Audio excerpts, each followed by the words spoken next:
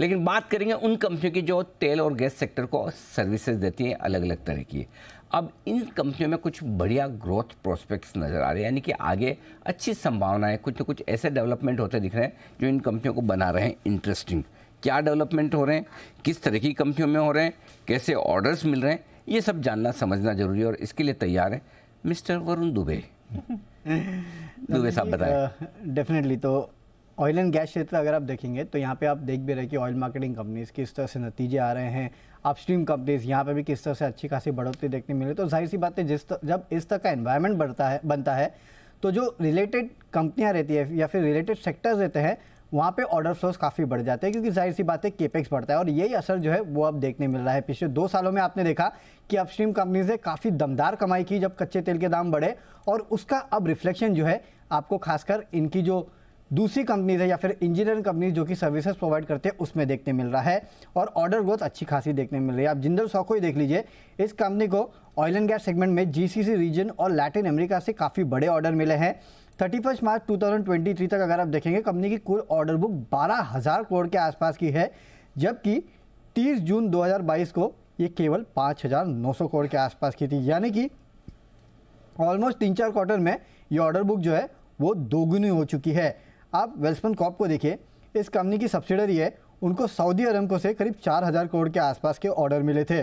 फिलहाल अगर आप देखेंगे इस कंपनी की टोटल रेवेन्यू जो है करीब 7,700 करोड़ के आसपास के, और कंपनी ने कहा है कि अगले 3 से 5 साल में करीब 15,000 करोड़ रुपए की आय जो है वो करने का ये अनुमान लगा रहे हैं। यानी कि यहाँ और भी ऑर्डर जो है वो इस कंपनी को मिलने वाले हैं, ये कंपनी उम्मीद करती है।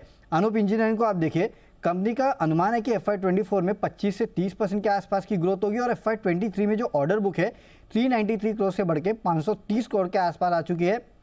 FY27 तक आय जो है वो 1,000 करोड़ के आसपास इस कंपनी की हो सकती है। यानी कि जो ऑयल एंड गैस क्षेत्र से रिलेटेड कंपनीज है वहाँ अगर आप देखेंगे तो ऑर्डर फ्लो जो है उसमें अच्छी खासी बढ़ोतरी देखने मिल रही है, और सबके सब ये कह रहे हैं कि आने वाला वक्त जो है इनके लिए और बेहतर रह सकता है। ओके, तो ये है आपके लिए ऑयल एंड गैस से जुड़ी कंपनीज। वेल्सपन कॉर्प में हमने अच्छा एक्शन बनते हुए देखा है। कल इनफैक्ट हमने देखा बड़े ऑर्डर्स भी वेल्सपन कॉर्प के लिए आए थे। जिंदल सॉ, अनूप इंजीनियरिंग, यहाँ पर भी आप इम्पैक्ट आते हुए देख रहे हैं। आज थोड़े सुस्त हैं ये काउंटर्स, बट एसेंशियली बड़ा एक्शन इनमें हमने होते हुए देखा है। वेल्सपन कॉर्प ये इंटरेस्टिंग काउंटर भी है, और कल 4,000 करोड़ तक के ऑर्डर इन्हें मिले भी थे जिसकी इन्होंने घोषणा करी थी। सऊदी से ऑर्डर मिला था। कुणाल जी, एक बार वेल्सपन कॉर्प का चार्ट भी देखें सर, 240 के लेवल पे। देखिए, अच्छा चार्ट है दीपांशु। स्टॉक में हायर बॉटम्स की श्रृंखला हम देख रहे हैं। एक बेस बनाया स्टॉक ने 190 के आसपास, वहां से हम एक रैली बनते हुए देख रहे हैं। मुझे लगता है कि अब एक संशोधित स्टॉप लॉस 228 के आसपास रखें, जिनके पास लॉन्ग पोजीशन है बने रहें। मुझे लगता है कि स्टॉक 280-290 की ओर कूच कर रहा है।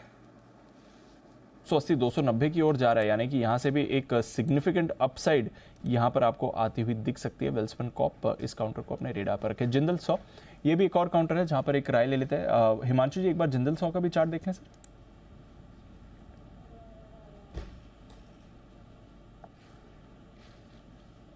देखिए, सेटअप अच्छा है, और मेरा मानना है कि ये स्टॉक आने वाले दिनों में भी काफ़ी अच्छी तेज़ी दिखाने का पोटेंशियल रखता है।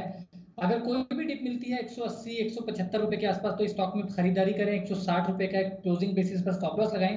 मेरा मानना है ये स्टॉक 240-250 रुपए तक के टारगेट दिखाने का पोटेंशियल रखता है।